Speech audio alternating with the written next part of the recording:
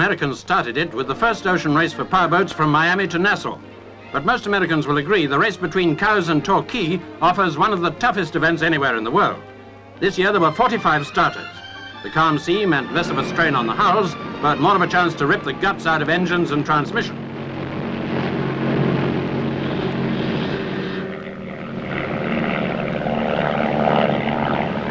'88 Blue Moppy, second last year.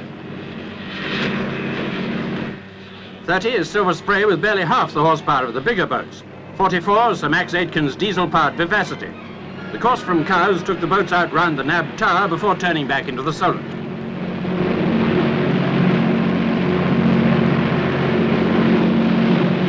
Heading westwards, they then had the best part of the 190 miles ahead of them before reaching Torquay.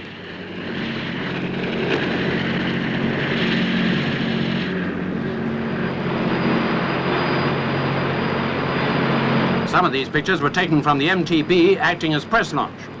Some owners claimed top speeds of almost 60 miles an hour. This year, the winner's average was to be the highest ever. Blue Moppy again.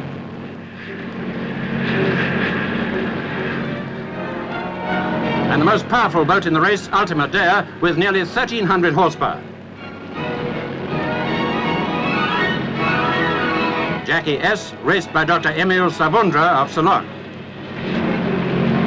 Jackie S had a spot of trouble, but eventually carried on a race within a race, a contest for fourth place with Lucinda, number 79, with amateur jockey Bill Shand Kidd at the helm.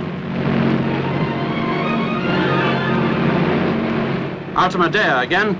After going full bore, she ended up with only 50% of her engine power.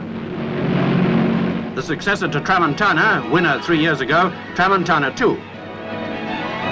Third place this year was to go to Claudia II, number 77. But it was another boat from the same builders that gave the Torquay crowds their biggest thrill. Lucky Moppy, built and driven by America's Dick Bertram, a leading figure in powerboat racing and design, leads the field into Torquay. In spite of a wild compass, he'd held the lead for the last 160 miles. But fate caught up with him right on the finishing line when he passed the marker on the wrong side. Realizing his mistake, he turned to recover, but just too late. Surfrider, another Bertram design and sister ship to Lucky Moppy, nipped across the line on the right side. So Surfrider takes first place with Lucky Moppy, the unlucky runner-up. There was no need for Surfrider's owner, Richard Gardner, to feel his success was entirely due to his rival's misfortune.